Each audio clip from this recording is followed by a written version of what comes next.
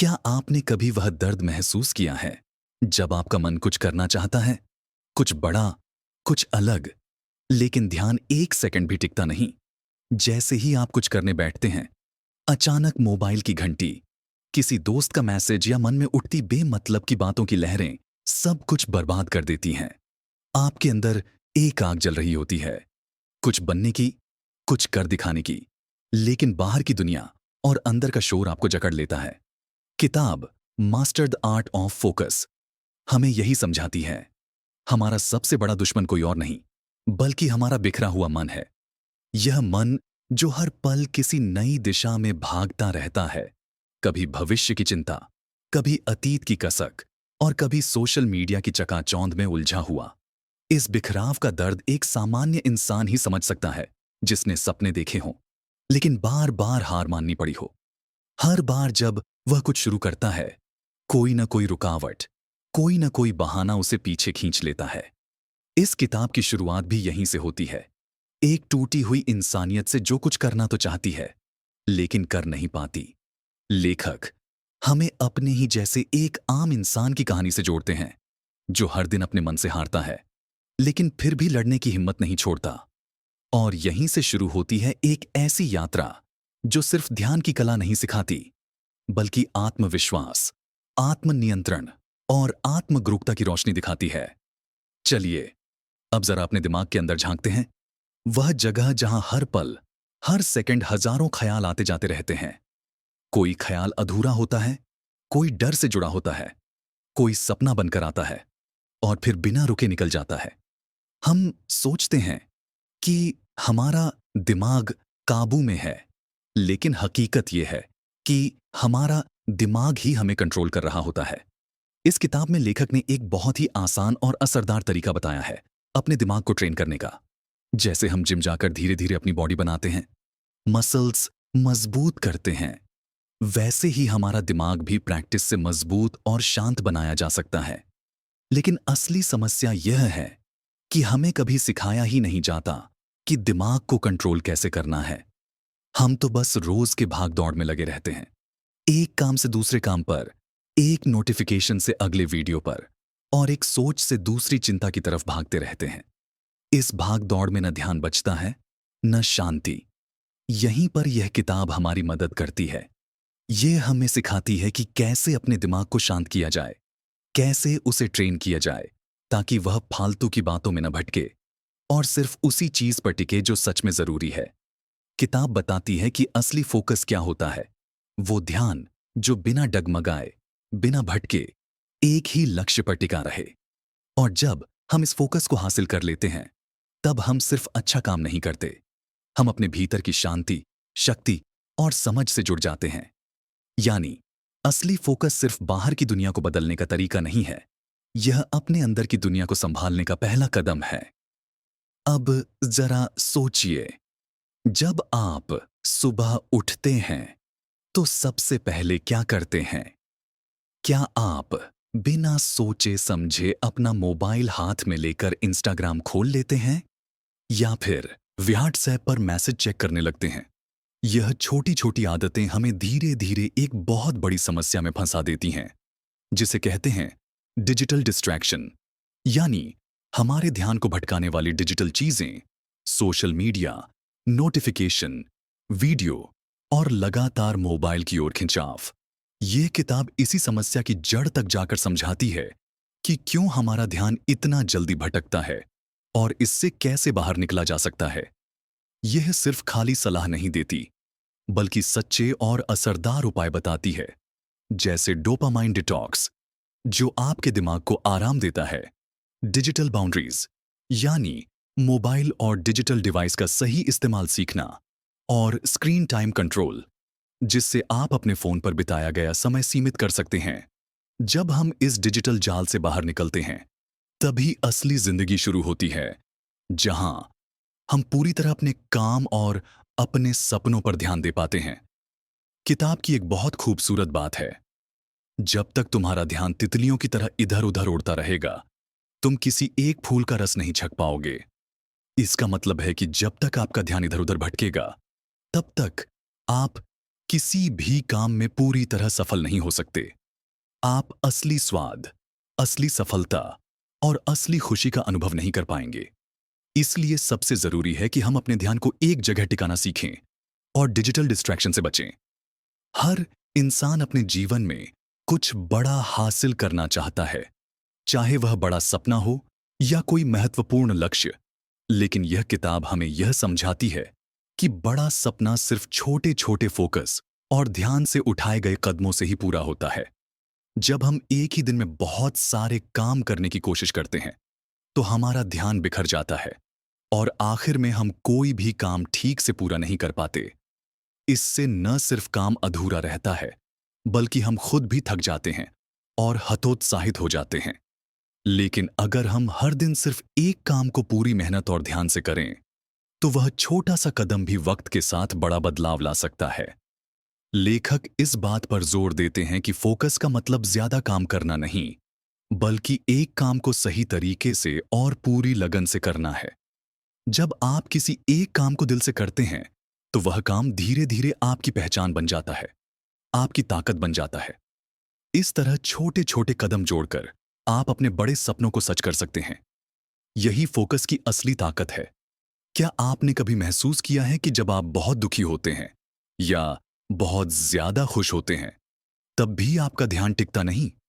इसका मतलब यह है कि हमारा फोकस सीधे हमारे इमोशंस, यानी हमारी भावनाओं से जुड़ा होता है। जब हमारे अंदर भावनाओं का उबाल होता है, तो दिमाग भटक जाता है और ध्यान लगाना मुश्किल हो जाता है। यह किताब इसी बात को बहुत गहराई से समझाती है कि अगर हम अपनी भावनाओं को समझना और महसूस करना सीख लें, तो हमारा ध्यान भी अपने आप बेहतर हो जाता है। लेखक बताते हैं कि माइंडफुलनेस, यानी अपनी मानसिक स्थिति को समझना, और इमोशनल अवेयरनेस, यानी अपनी भावनाओं को पहचानना, फोकस को मजबूत करने के लिए कितने जरूरी हैं। इसके लिए उन्होंने कुछ आसान और कारगर टूल्स जैसे मेडिटेशन और जर्नलिंग का जिक्र किया है। सबसे खास बात यह है कि ये सारे अभ्यास कोई भी इंसान कर सकता है, बिना किसी गुरु के, बिना किसी खास ऐप के। बस जरूरत है तो खुद से जुड़ने की, अपने मन और दिल को समझने की। जब हम यह सीख लेते हैं, तो न सिर्फ हमारा ध्यान मजबूत होता है, बल्कि हम अपनी भावनाओं पर भी काबू पा लेते हैं, और इससे हमारी जिंदगी और भी संतुलित और खुशहाल बन जाती है। आपके आसपास का माहौल भी आपके ध्यान, यानी फोकस को बहुत ज्यादा प्रभावित करता है। किताब एक बहुत ही गहरी और सच्ची बात कहती है। डिस्ट्रैक्शन आपके फोन में नहीं, आपके वातावरण में है। सोचिए, अगर आपका कमरा बिखरा हुआ है, टेबल पर ढेर सारा सामान पड़ा है, पीछे शोर हो रहा है, तो आप चाहे कितना भी कोशिश करें, ध्यान टिक ही नहीं पाएगा। ऐसे माहौल में दिमाग खुद ही भटकने लगता है। इसलिए लेखक ने एक फोकस जोन बनाने की सलाह दी है, यानी एक ऐसी खास जगह जहां आप सिर्फ काम करें और कुछ नहीं। जैसे मंदिर में सिर्फ पूजा होती है, वैसे ही इस जगह पर सिर्फ लक्ष्य की साधना होनी चाहिए। वहां जाने पर दिमाग खुद ब खुद समझ जाए कि यह अब फोकस का समय है। टाइम ब्लॉकिंग, इस शब्द को लेखक ने एक ताकतवर हथियार की तरह बताया है, जो हमारे ध्यान और सफलता दोनों के लिए बहुत जरूरी है।